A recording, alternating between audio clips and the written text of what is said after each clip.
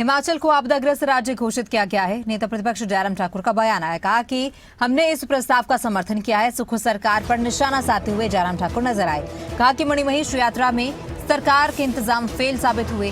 प्रदेश सरकार के आंकड़ों पर भरोसा नहीं है। सीएम और डिप्टी सीएम के आंकड़े भी अलग अलग हैं।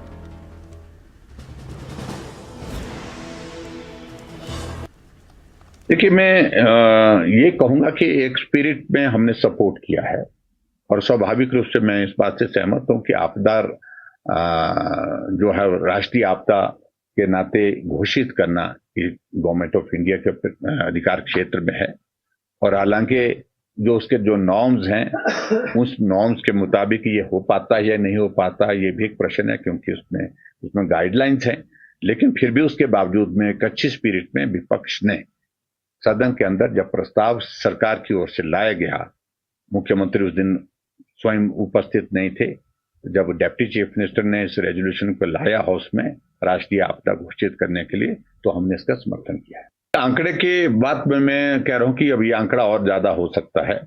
और अभी जो आज सुबह मेरी बात हुई है भरमौर में, उस बात से जानकारी मिली है अभी तक भरमौर में ऐसे लोग हैं जो चल नहीं सकते हैं, वो लोग भी 500 से ज्यादा हैं, जिन्होंने साफ कह दिया है कि हमको अगर ले जाने का इंतजाम सड़क मार्ग से होता है तो ठीक है, अन्यथा हम पैदल चल करके चंबा नहीं जा सकते हैं, हमारी स्थिति ऐसी नहीं है।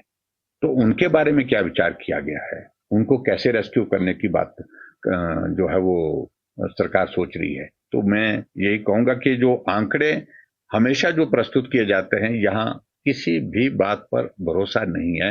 जो भी आंकड़े दिए जाते हैं सदन के अंदर, जो भी बातें कही जाती हैं, वो सत्य नहीं मिली है, अभी तक सत्य नहीं दिखी है।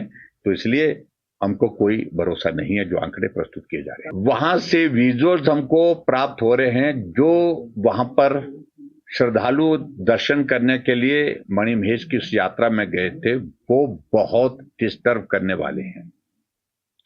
सरकार के सारे इंतजामात की उन्होंने पूरी तरह से पोल खोली हुई है।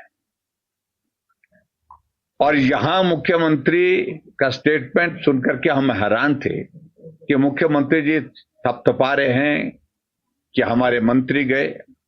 स्वाभाविक रूप से मंत्री गए, कोई नया काम नहीं, मंत्री को जाना ही चाहिए था।